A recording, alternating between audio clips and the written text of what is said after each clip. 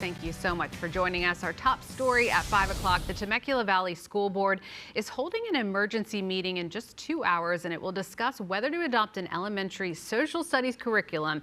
It's already rejected twice before. A textbook is at the center of the controversy that has pitted the school board against Governor Gavin Newsom. KTLA's Chip Yost joins us live from Temecula with a preview of the meeting. Chip?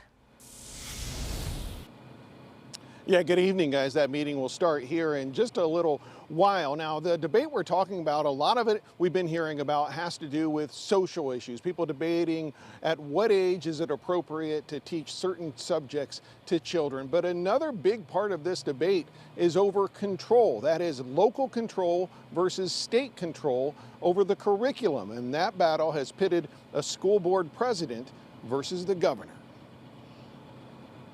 He said I would get a warning. After a contentious meeting earlier this week where the Temecula Valley Unified School District School Board voted not to adopt a curriculum approved by the state, Governor Gavin Newsom doubled down on statements he made a week earlier.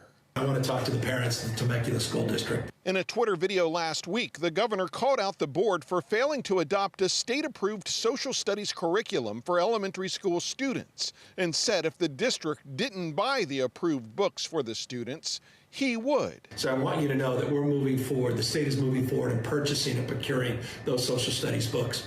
Your kids have the freedom to learn, and you have the freedom to access those books, the same books that hundreds of thousands of other kids throughout the state are accessing. So rest assured, we'll be sending those books down in very short order. After the board again refused to adopt the new curriculum this week, the governor's office said in a statement that the school district was in violation of state law and the plan to buy books was moving forward. But at that Tuesday meeting, the president of the board quoted from some of the curriculum approved by the state to make a point that he believes the governor is overstepping his bounds. And the module's titled Governing California. Voters elect a school board to run our school district. Notice how it doesn't say the voters elect a governor to run a school board? So I'll remind you, Governor Newsom, of this very important distinction, Governor. I've already instructed the superintendent, if books come from shipping and receiving, to say no, we'll ship them right back. Now, could tonight's meeting settle that debate? Here's what we understand from a district official we spoke to about tonight's agenda. On tonight's agenda, there are just 2 items, both of them involving curriculum that the board would have to approve.